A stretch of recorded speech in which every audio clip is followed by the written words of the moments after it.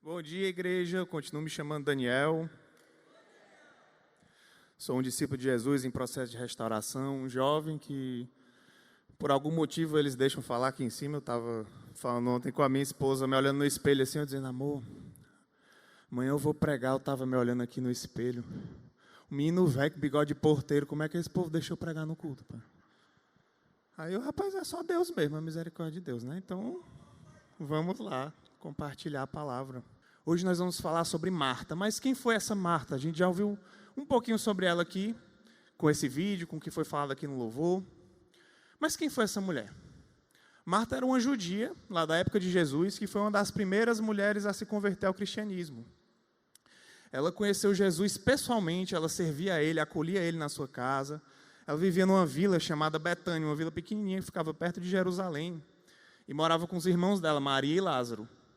Lázaro é aquele daquela música, remove a minha pedra. É aquele cara que Jesus ressuscitou, né? Talvez você não tenha tanto contato com a história de Marta, mas com certeza você já ouviu falar da história de Lázaro, o homem que Jesus ressuscitou dos mortos. Nós vamos até falar mais sobre esse caso posteriormente hoje. E esses três irmãos, Marta, Maria e Lázaro, aparecem nos evangelhos, dois evangelhos, Lucas e João. Em algumas passagens que eles interagem com Cristo, todos eram amigos de Jesus. Eles tiveram um papel muito importante como os primeiros propagadores do reino de Deus ali naquela época, os primeiros apoiadores do ministério de Jesus. E Marta, especialmente, ela é muito conhecida por uma característica específica. Ela era uma serva muito dedicada, uma pessoa que fazia muita coisa, mas que fazia tanta coisa que ela chegava ao ponto de perder a chance de aproveitar a companhia de Jesus e a presença de Deus por causa das atividades dela. Tenho certeza que ninguém aqui nunca passou por esse problema. Mas nós vamos ver que ela foi muito mais que isso. Que ela era uma mulher de muitas facetas e que a história dela na palavra de Deus tem muita coisa para ensinar a gente. Então vamos lá, né? O que é que a Bíblia diz sobre Marta? O que é que a gente pode extrair da palavra de Deus sobre ela? A primeira faceta que eu queria destacar dessa mulher é a clássica, né? É a ativista, Marta a ativista.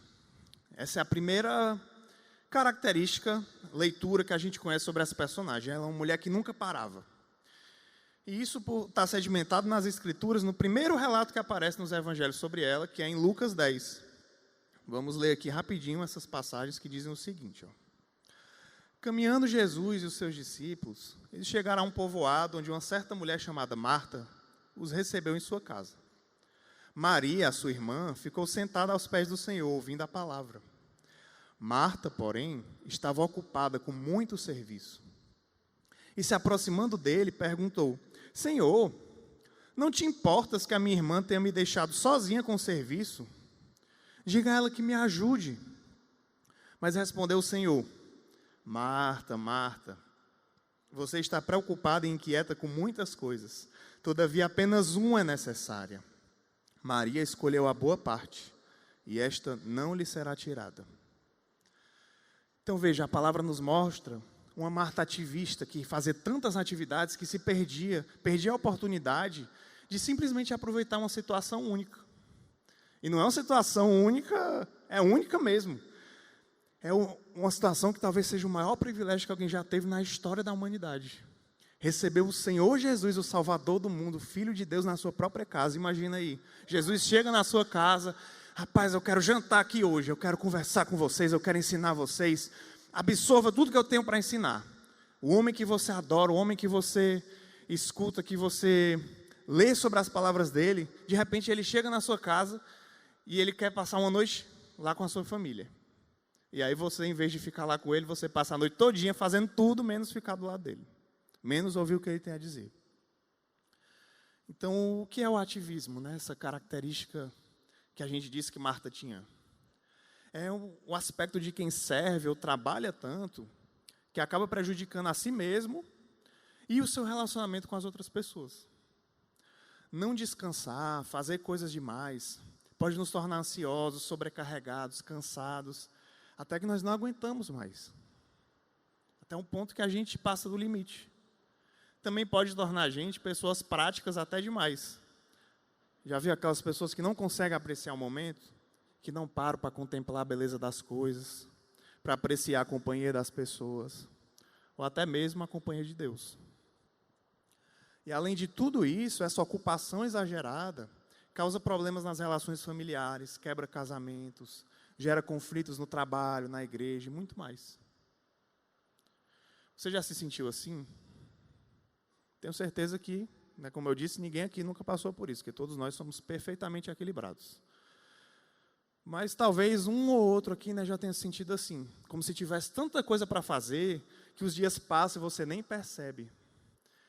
Como se você nunca tivesse tempo para contemplar, para apreciar o momento, para olhar a natureza, como essas árvores maravilhosas que a gente tem a oportunidade de ter aqui à nossa volta. Para orar, para pensar, ficar só parado pensando, para descansar, ficar deitado, apreciar um momento ao lado da sua esposa, do seu marido, da sua família, ou até mesmo para ficar sem fazer nada. Às vezes a gente sente que o dia passa tão rápido que a gente não consegue fazer nenhuma dessas coisas, ou escolher não fazer nada mesmo. E eu vejo isso no meu dia a dia, eu vejo isso na minha própria vida. Quantas vezes eu não preferi resolver mais uma coisa, me envolver em mais um projeto, seja na faculdade ou até mesmo servir na igreja. Tantas e tantas vezes que eu negligenciava a minha família. E eu tenho uma mãe e uma esposa, que lutam com ativismo um pouco.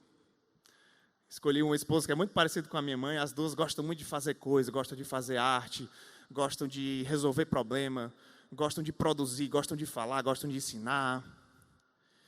Mas eu vejo nas duas um exemplo de mulheres que lutam com isso e que aprendem um momento de descansar. E dia após dia, elas tentam entender a hora de fazer e a hora de parar.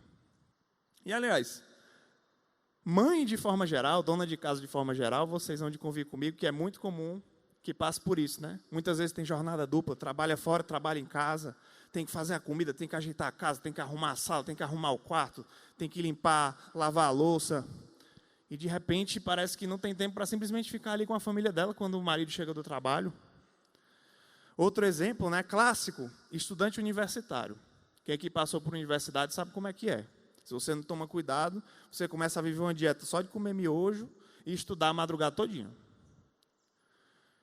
Então, essa é a nossa tendência na sociedade de hoje, uma sociedade que é consumista, que é ativa, que vê o trabalho como o sentido de tudo. E a gente fala assim, eu descanso quando eu morrer. Mas não é assim que é para ser. A necessidade de querer que tudo seja concluído, de ver tantas coisas urgentes ao mesmo tempo, faz com que a gente não termine nenhuma com excelência, não faça nenhuma com o nosso melhor, e não consiga parar para apreciar o resultado, o fruto daquilo que a gente fez. Então, nós precisamos escolher dia a dia quais são as nossas prioridades. E essa palavra que a gente leu sobre Marta mostra que a nossa vida com Deus também pode ser prejudicada quando nós não damos tempo para o descanso e para a presença dEle. Aí eu pergunto aqui, quem aqui já ouviu falar do mandamento de guardar o sábado? Um monte de gente. Na época dos antigos judeus, e aliás, até hoje, os judeus mesmo seguem, o mandamento de guardar o sábado, um mandamento que veio lá do Velho Testamento, que dizia, olha, no sábado você vai descansar. O sabá, que se eu não me engano vinha da sexta-feira à noite até o fim da tarde do sábado, do dia seguinte, que a gente conhece, eles tinham que guardar, eles não podiam trabalhar, eles não podiam fazer esforço. Só que eles começaram a se apegar tanto a essa regra, que ela se tornava um fardo sobre a vida das pessoas, em vez de uma oportunidade de bênção. E aí Jesus foi questionado por isso, porque os discípulos dele colhiam comida para se alimentar no sábado, porque ele curou a mão de uma pessoa que tinha uma mão deficiente, ele ofereceu cura a essa pessoa no sábado. E os fariseus foram lá, rapaz, como é que você está curando no sábado? Isso é um absurdo. Ele disse, e não é permitido fazer o bem no sábado? Quer dizer que o sábado é para me escravizar, E aí ele fala uma frase, Marcos 2:27, o sábado foi feito para o homem, e não o homem para o sábado. Ou seja, o que é que isso significa? Deus criou esse mandamento para nós, e não a gente para cumprir mandamento. Ele criou isso porque ele sabe que o descanso não é um fardo, não é uma imposição. Não é mais, o sábado não é simplesmente mais um mandamento para a gente cumprir cegamente. É por isso que Jesus ressignificou isso e explicou o princípio por trás. Na verdade, o descanso, independente de ser no sábado ou não, é uma bênção para nós, é uma coisa essencial para a nossa saúde, para o nosso bem-estar, para a nossa vida espiritual. Só que Marta, naquele momento, não conseguiu perceber esse princípio por trás das regras. Talvez ela até guardasse o sábado, mas nos outros dias ela estava lá fazendo coisa sem parar, compensando talvez o descanso que ela teve no sábado. E aí o que é que adianta? Ela ficar morta 6 dias por semana e descansar no sábado só para tentar recuperar um pouquinho do que ela perdeu.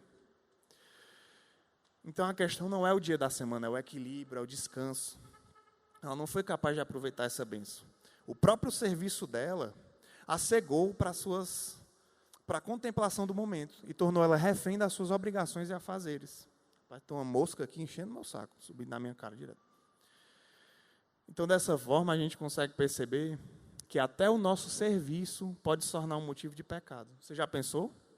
Que o seu servir a Deus, o seu servir às pessoas pode ser um motivo do seu pecado? Tem um livro chamado Deus que Destrói Sonhos, do Rodrigo Bibo, que eu acho muito interessante essa perspectiva que ele traz. Vou ler aqui um pedacinho para vocês. Ele diz o seguinte: a reflexão central deste livro é apontar para a necessidade de reconhecer o senhorio de Cristo em nossa vida. Entender que nós somos escravos, submetidos a uma missão que afeta tudo o que somos e fazemos.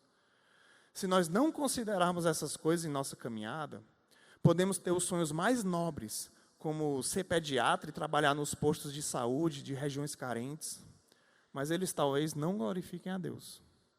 Como bem frisou Iago Martins, aí ele cita um livro do Iago. Infelizmente, nós frequentemente temos a sensação de que se estivermos fazendo algo bom, então nossas motivações estão acima de qualquer questionamento. Muito pelo contrário. Não há melhor lugar para esconder nossas más motivações do que no serviço ao próximo. Aqui termina a citação do Iago, de um livro chamado Você Não Precisa de um Chamado Missionário. Aí volta para o Bíblia, ele encerra assim: aquele que sonda o nosso coração conhece nossas motivações. E acredite, se não nos dobrarmos ao Senhor, seremos conduzidos pela ambição. E nossas motivações serão más, mesmo que à primeira vista pareçam boas.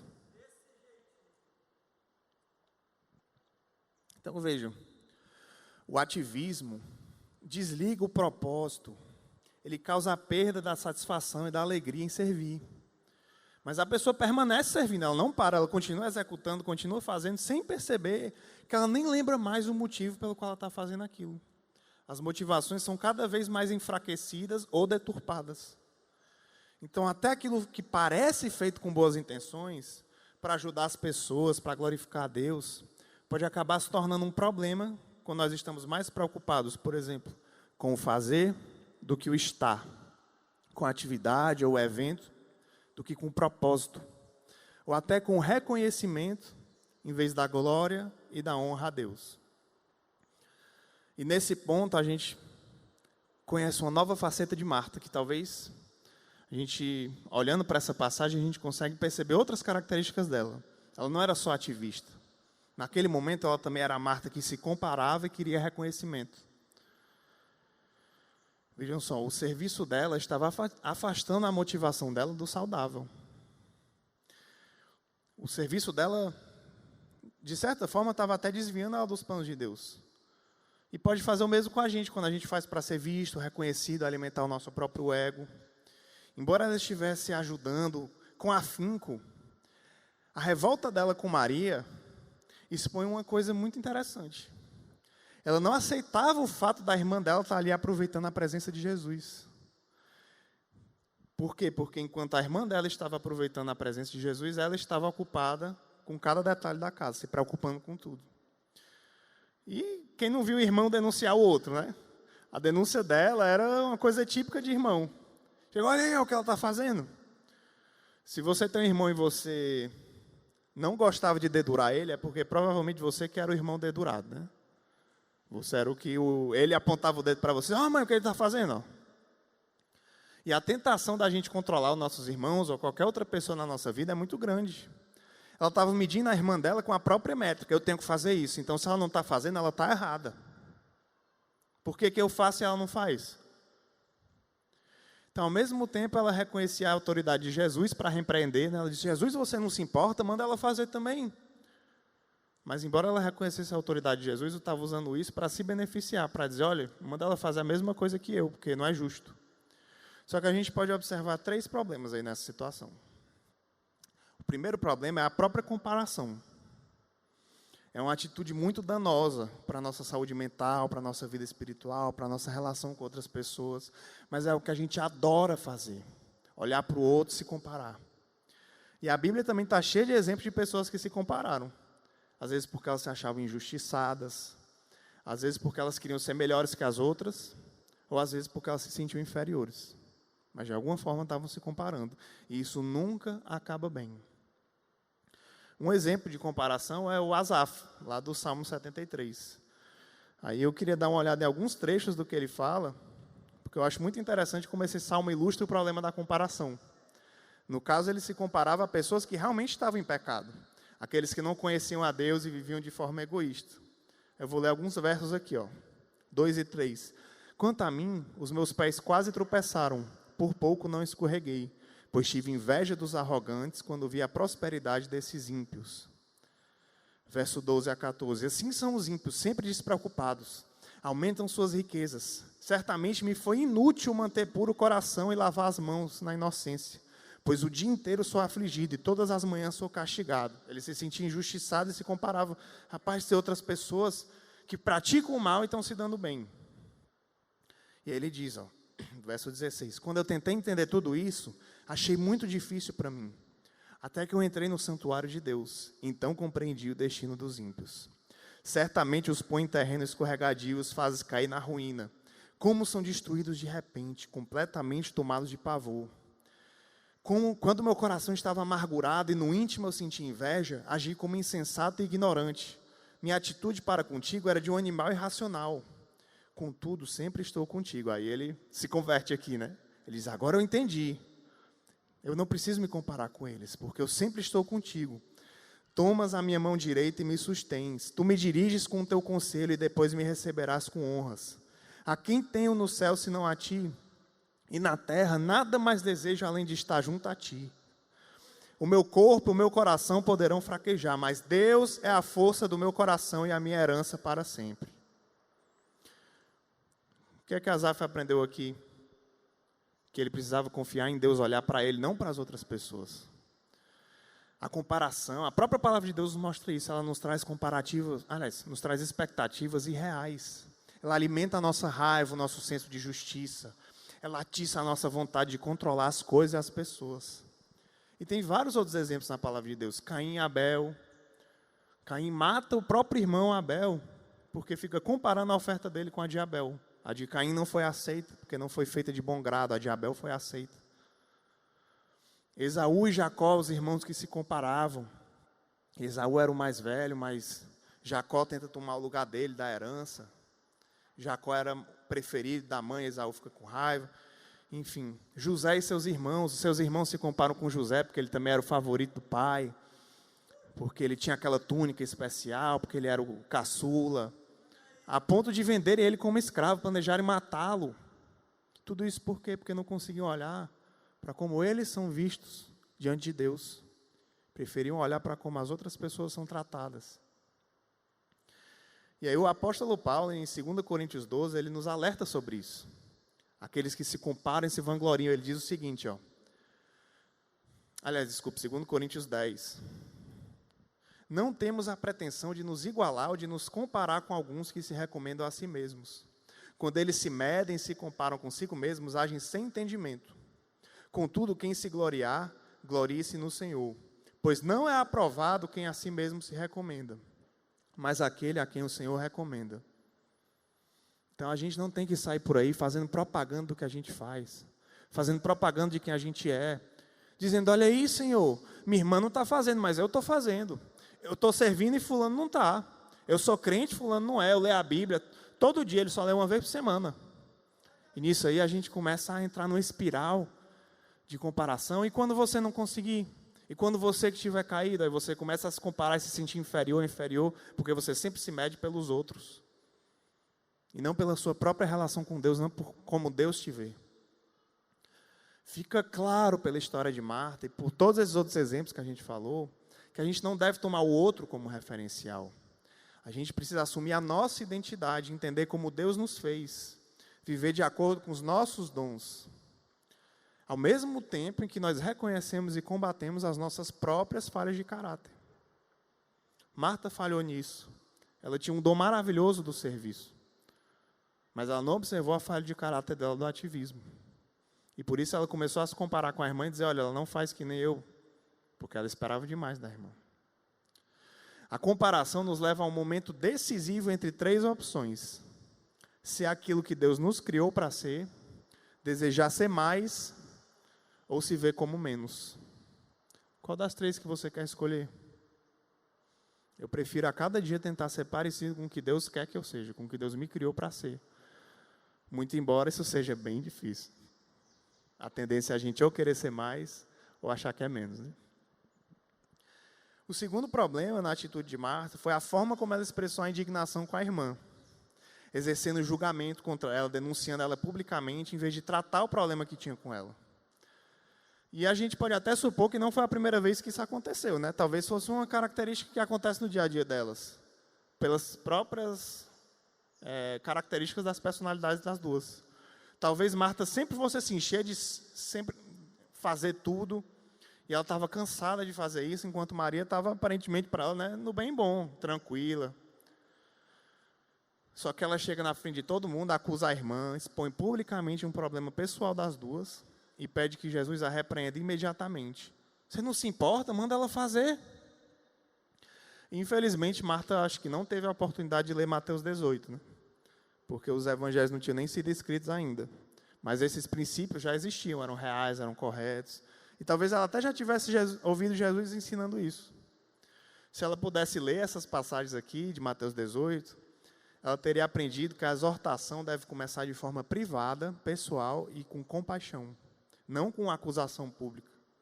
Jesus ensinou isso. Ó. Se o seu irmão pecar contra você, vá e a sós com ele mostre o erro. Se ele o ouvir, você ganhou seu irmão. Mas se ele não ouvir, leve consigo mais 1 ou 2 outros, de modo que qualquer acusação seja confirmada pelo depoimento de 2 ou 3 testemunhas.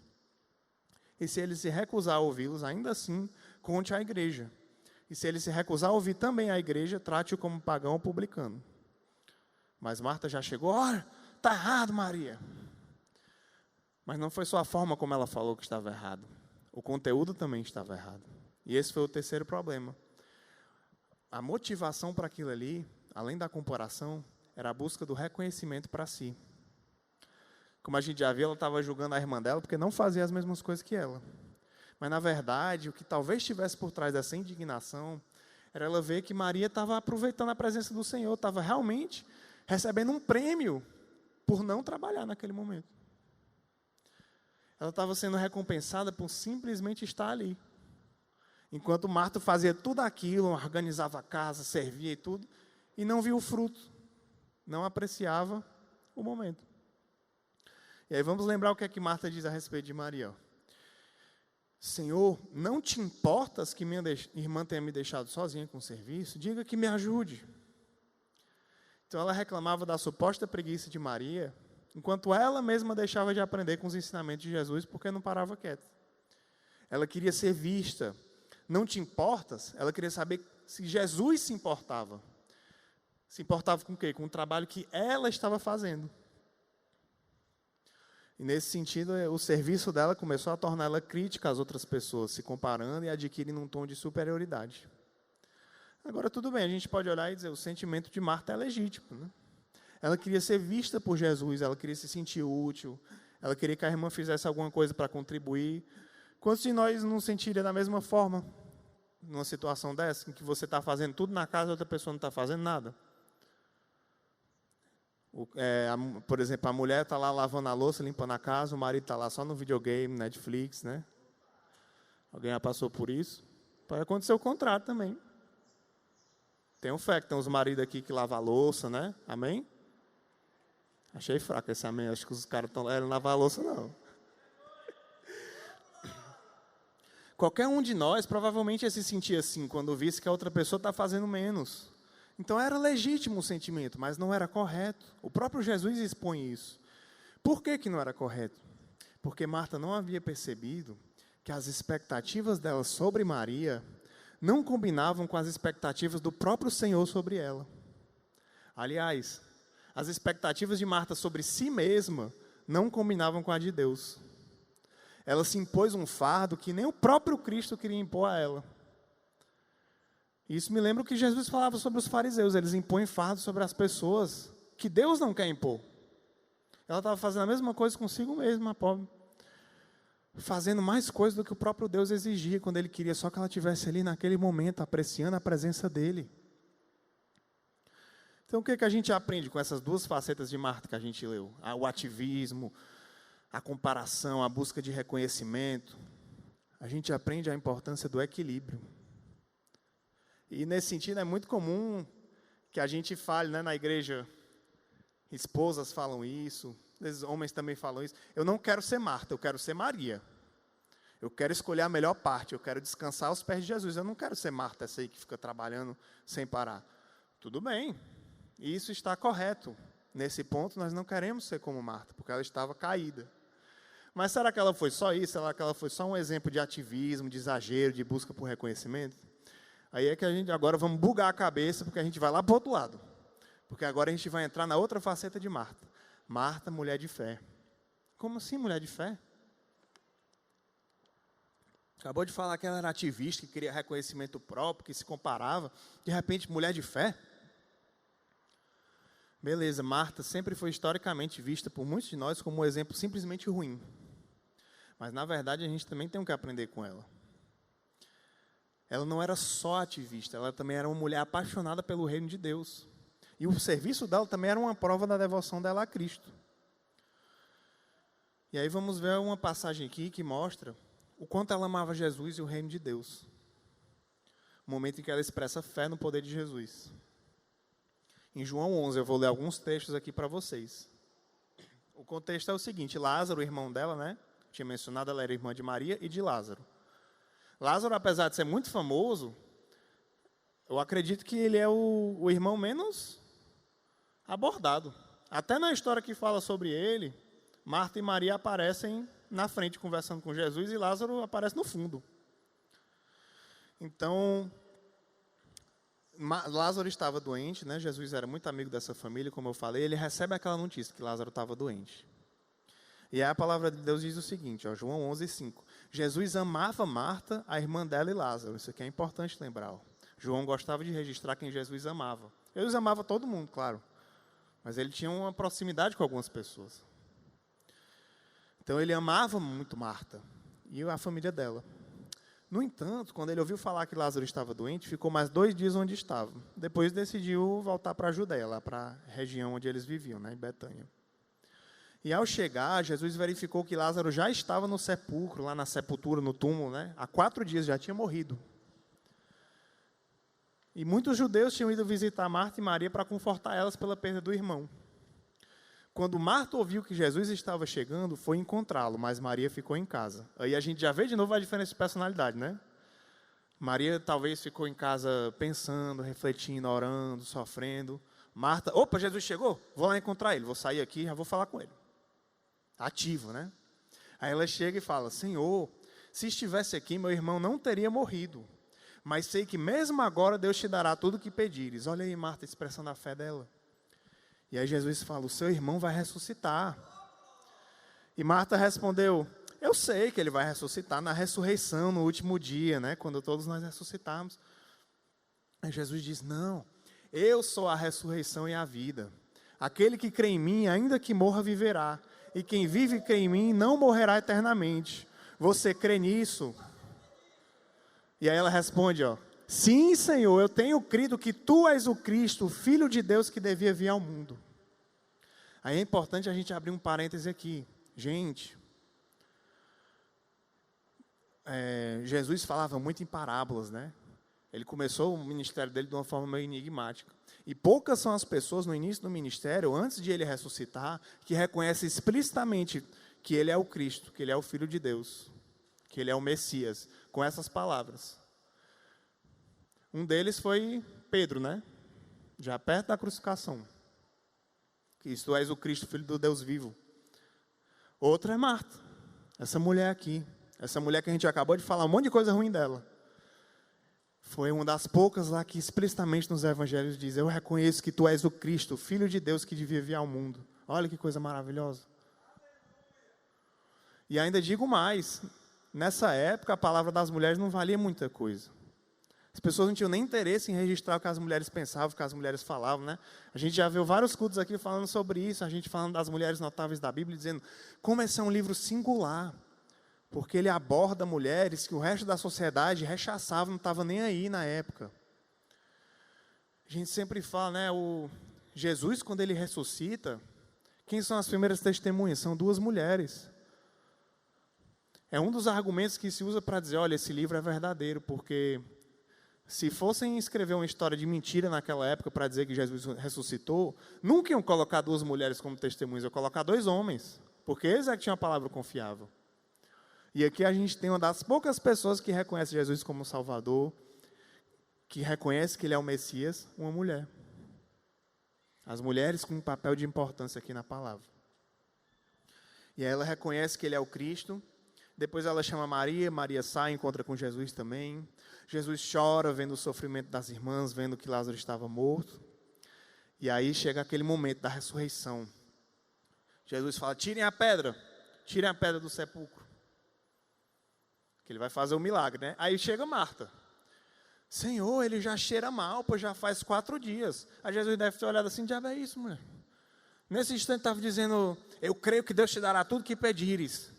Eu creio que tu és o Cristo, tu tens poder. Aí de repente, Senhor, ele já cheira mal. Ou seja, né? O que você está fazendo abrindo essa pedra aí? Vai fazer o que? Ele já morreu, não tem jeito não. Aí a gente pensa assim, mas nesse instante estava cheio de fé, agora está com dúvida. Aí eu pergunto, quantos de nós não somos assim? E um segundo a gente está aqui fervoroso, no outro está, acho que Deus não me abandonou. Minha vida não tem mais jeito não. Nesse instante a gente estava confiando aqui, sapateando, louvando. Aí de repente a gente esquece tudo que a gente viveu. Todas as maravilhas que Deus fez na nossa vida. É assim, gente. E aí Jesus responde, ó, não lhe falei que se você cresce, veria a glória de Deus? Então tiraram a pedra. Jesus olhou para cima e disse, Pai, eu te agradeço porque me ouviste. Sei que sempre me ouves, mas disse isso por causa do povo que está aqui, para que creia que tu me enviaste. E depois bradou em alta voz, Lázaro, venha para fora. E o morto saiu, com as mãos e os pés envolvidos em faixas de linho e o rosto envolto num pano.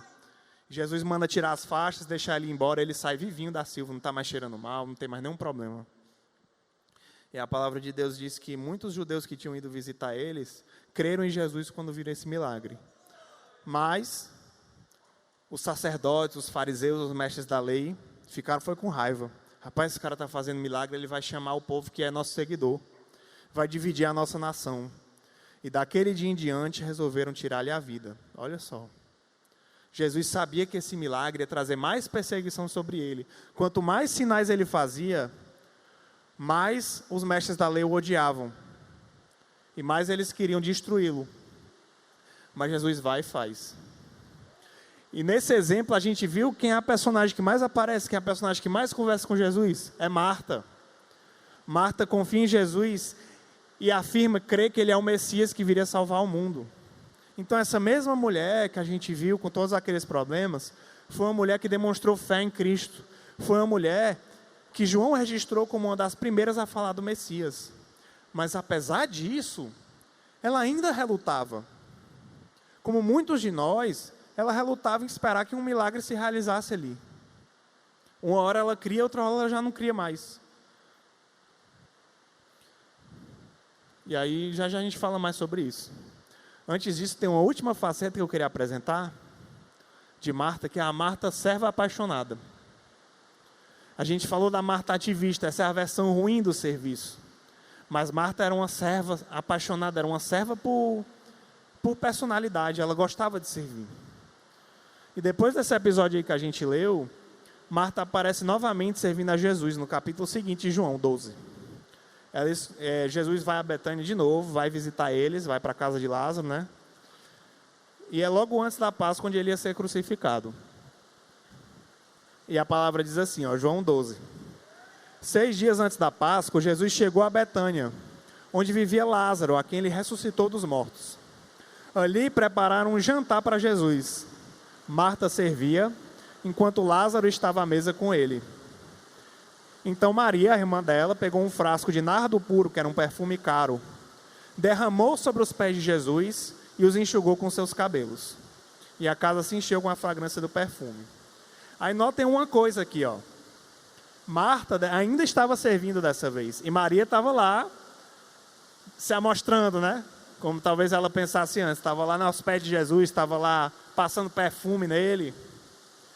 Mas Marta dessa vez não reclama. Será que ela aprendeu com a outra vez que ela levou um carão de Jesus? Eu quero acreditar que sim. Eu quero crer que Marta, naquela situação de Lucas lá, aquela palavra ali não voltou vazia no coração dela. Quando Jesus disse, não reclame da sua irmã, ela escolheu a melhor parte, ela provavelmente pensou bem sobre aquele ensinamento. E nesse dia aqui, não sei quantos conhecem essa história aqui, Maria lava Jesus, né, com perfume, e aí Judas vem reclamar. Dessa vez não é Marta, é Judas. Chega, rapaz, ela está gastando esse perfume caríssimo, podia vender e dar para os pobres. Só que ele fala isso porque ele gostava de roubar o dinheiro dos pobres, né? Uma parte do dinheiro das doações lá. Mas outros discípulos também pensam o mesmo. Rapaz, é verdade. E aí Jesus diz, não, ela está me preparando para o meu fim, né? Ele sabia que ele ia morrer em breve. E ele sabia que aquilo ali era um ato de amor dela. E aí note que Judas reclamou, os discípulos se indignaram, mas Marta não fala nada. Talvez ela já estivesse aprendendo finalmente o equilíbrio de servir fielmente, de fazer o melhor, oferecer casa, comida, o melhor tratamento, como ela sempre faz, sem reclamar da irmã porque não estava fazendo alguma coisa. E aí você me pergunta assim, tá bom, então Daniel, afinal, Marta era um exemplo bom ou ruim? Ela era um ativista ou era uma serva apaixonada? Como é que é essa história aí? Você fica falando, fala mal, depois fala bem, fala mal, fala bem? Eu pergunto por que ela não pode ser as duas coisas? Será que a gente não é muito rápido em julgar essa personagem, dizer que nós não queremos ser Marta, quando na verdade ela é muito parecida com a gente? Ela é uma pessoa que luta para encontrar o equilíbrio. E eu acredito que a maioria, se não todos aqui, estão constantemente lutando para encontrar o equilíbrio. Eu sei que eu estou. Então essas nuances da vida dela, que para mim fazem ela uma personagem interessante, que faz com que muitos de nós, seja mulheres ou homens, possam se identificar com ela. Ela é humana, ela é verdadeira, ela é aquela que primeiro age, depois reflete, que fala mesmo, que reclama, se chateia, que crê, mas também duvida. Mas que no fim das contas, diante de todas essas imperfeições, ela tem no coração o desejo de agradar ao Senhor e de servir as pessoas. Então eu posso resumir de uma forma. Marta é uma mulher em restauração. Ela não é uma mulher do mal, ela não é uma mulher maligna, ela não é uma mulher perfeita. Ela é uma mulher em restauração. É uma mulher que estava lutando entre a versão egoísta, ativista, instável dela, e a versão altruísta, serva, equilibrada. A prova disso é a fé que ela demonstra no Senhor. A prova disso é como ela acolhia o Senhor Jesus na sua casa. E esse paradoxo que a gente vive entre essas inclinações, atitudes, motivações opostas é ilustrado numa fábula famosa dos dois lobos. Eu não sei quem já conhece aqui. É um provérbio indígena. Ele tem várias versões, mas eu vou ler aqui uma versão resumida dele. Diz assim, ó. Um jovem índio Cherokee, tomado de raiva por um amigo, procurou um velho sábio para um conselho. Ele disse o seguinte, o sábio disse o seguinte, né? Eu também, às vezes, sinto ódio daqueles que praticam injustiça. Existe uma luta dentro de mim, uma batalha terrível entre dois lobos. Um lobo é mau. Ele é a raiva, a inveja, o arrependimento, a arrogância, o arrependimento no mau sentido, né, das coisas erradas que a gente faz. A arrogância, o ressentimento, a inferioridade, a superioridade e o ego. Mas o outro lobo é bom.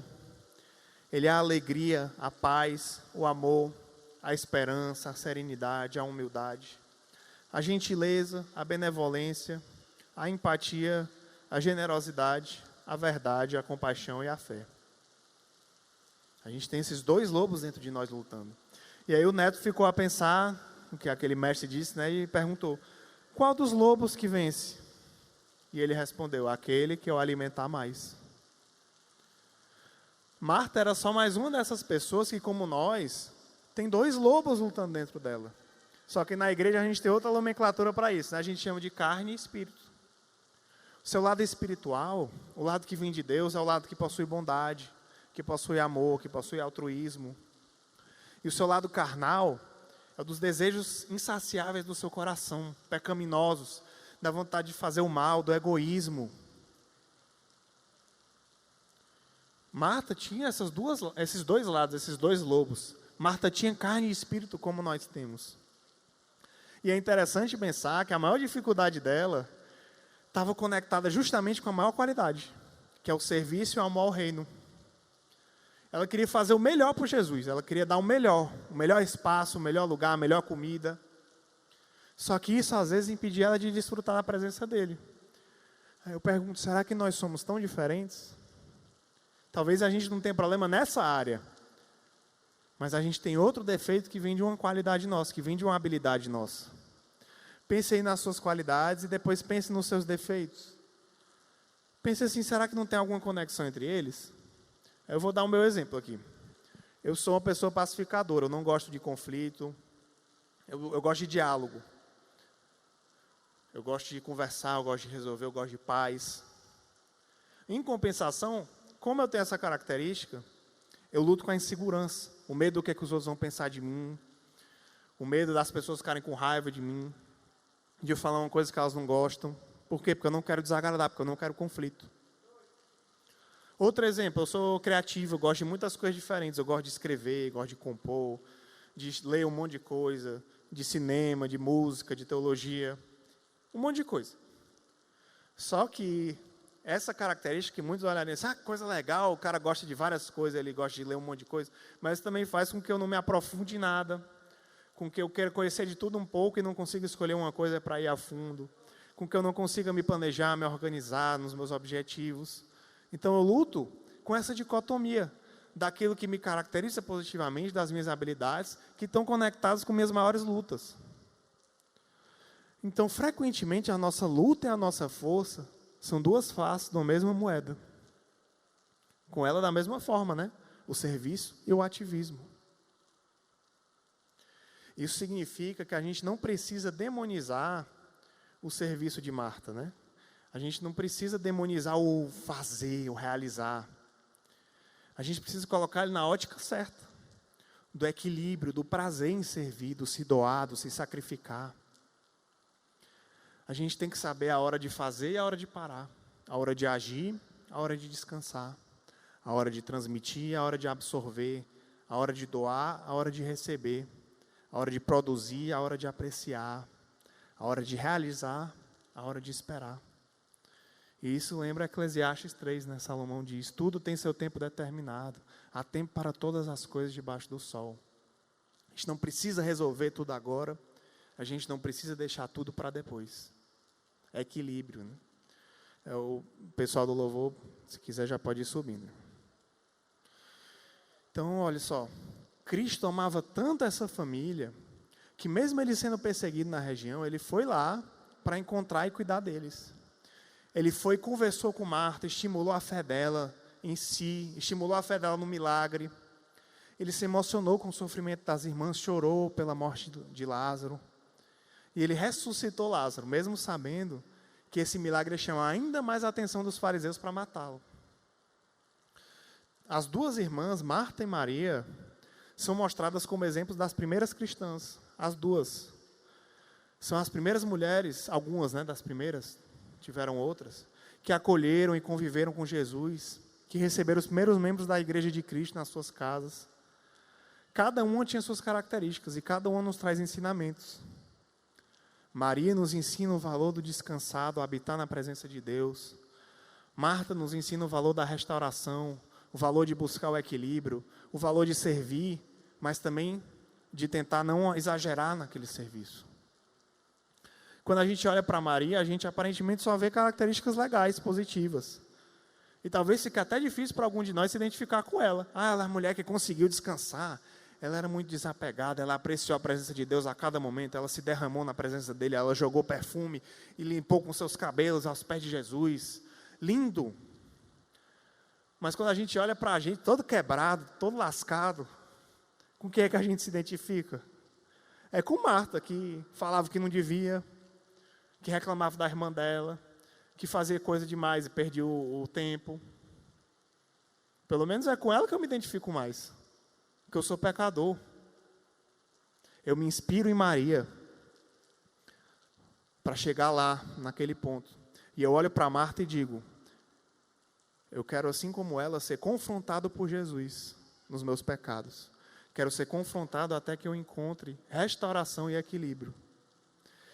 Então, a melhor pergunta que eu acho que a gente pode fazer, não é você quer ser Marta ou Maria só. Mas, às vezes, é qual Marta eu quero ser? Porque ela tinha suas virtudes e seus pecados. Então, eu quero ser a Marta que não descansa ou a Marta que serve com amor? Eu quero ser a Marta ativista ou a Marta proativa? Eu quero ser a Marta que queria resolver tudo ou a que descansou em Deus e disse, eu creio, Senhor? Eu quero ser a Marta caída no orgulho ou a Marta em restauração? E aí eu pergunto a cada um de vocês, porque tem vários eus aqui, tem vários Daniéis em mim. Tem o Daniel da carne e o Daniel do espírito.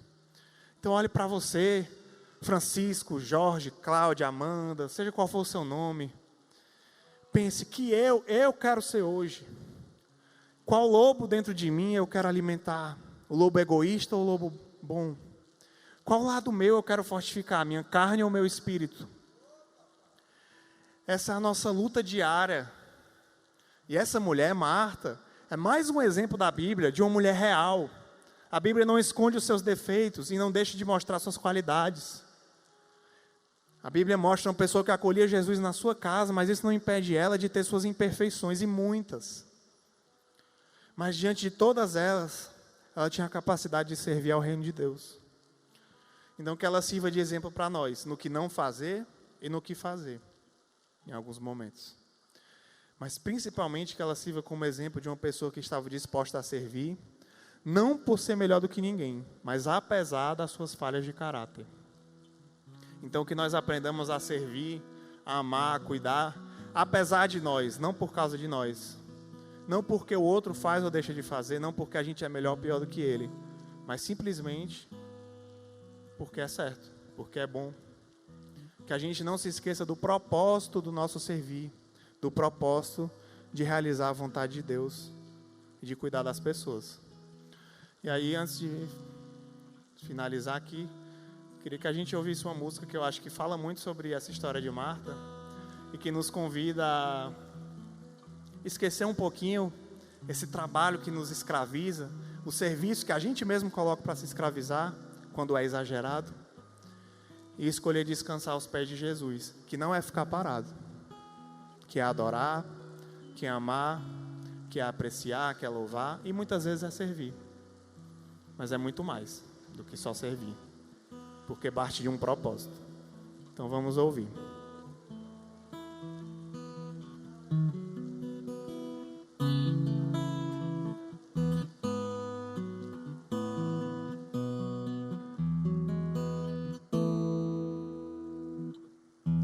Não tenha sobre ti um só cuidado, qualquer que seja, pois somente um seria muito para ti.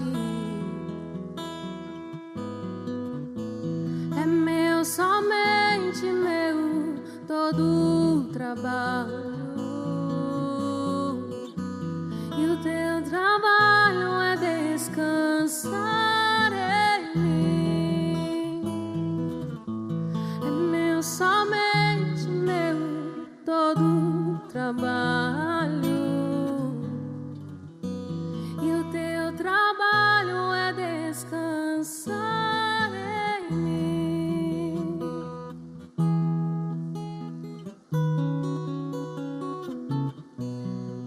Medite nessa letra hoje.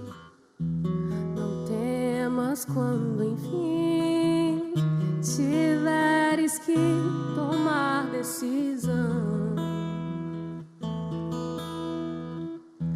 Entrega tudo a mim, confia de todo o coração.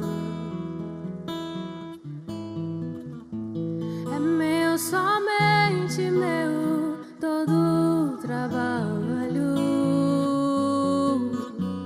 E o teu trabalho é descansar em mim. É meu, somente meu, todo o trabalho. E o teu trabalho é descansar em mim. Senhor, te adoramos, Pai, essa manhã. Bendizemos o teu nome, ó Pai, pois tu és santo e maravilhoso, Deus. Te agradecemos, Senhor, porque hoje tu nos ensina, Pai, muitas lições. A hora de descansar e a hora de fazer, Pai. A hora de servir, a hora de olhar e dizer: eu preciso da tua presença, eu e o Senhor, Pai, no secreto. A hora de falar e a hora de calar, a hora de enfrentar e a hora de receber o confronto de Deus. Te peço, Senhor, que os corações sejam confrontados essa manhã, Paizinho. Que o Senhor fale a cada um conforme a sua luta. Para alguns talvez seja fazer demais, servir demais, nunca parar. Talvez para outros seja o oposto de Marta. Seja nunca fazer nada. Seja um marasmo. Seja ficar parado demais. Seja não ter coragem de servir, não ter coragem de amar, de fazer alguma coisa pelo próximo. Que em cada extremo, Senhor, a gente consiga olhar para Cristo no centro e voltar para o equilíbrio. E lembrar do tempo determinado de cada coisa, Senhor. E lembrar que o nosso maior trabalho é descansar aos teus pés, Senhor, te adorando e ouvindo a tua palavra. Obrigado, Senhor, que hoje o Senhor nos ensina o valor de cada momento. Não existe um mais importante que o outro. O de fazer pelo corpo, o de receber o ensino, de receber o amparo, o de descansar aos teus braços, Senhor. E que a gente aprenda, Senhor, que descansar aos teus braços não é se eximir de fazer qualquer coisa, não é ficar quieto. É justamente fazer tudo com o propósito correto, te adorar, Senhor. E nessa perspectiva, Pai, nesse momento, eu queria perguntar àqueles que estão aqui. Talvez tenha alguém que esteja vivendo fardos muito pesados. Na verdade, fardos maiores do que o serviço. Talvez você nem conheça ainda o nosso Senhor Jesus. E você querer entregar a sua vida a Ele, a esse Senhor que quer remover o teu fardo e dizer: vem, eu te ajudo a carregar. Eu te ajudo, vem comigo. Você não precisa buscar sentido, buscar salvação nas suas próprias forças. Você não vai conseguir. Mas você vai conseguir na minha presença. Você vai conseguir através do meu amor, através da minha graça, através do sacrifício de Jesus que se entregou numa cruz por você, para que você não precisasse passar pelo mesmo. Se existe alguém aqui que ainda não entregou a sua vida a Jesus como Senhor e Salvador, pode levantar a sua mão, nós vamos te acolher. Não tenha medo. Glória a Deus, aleluia. Deus te abençoe.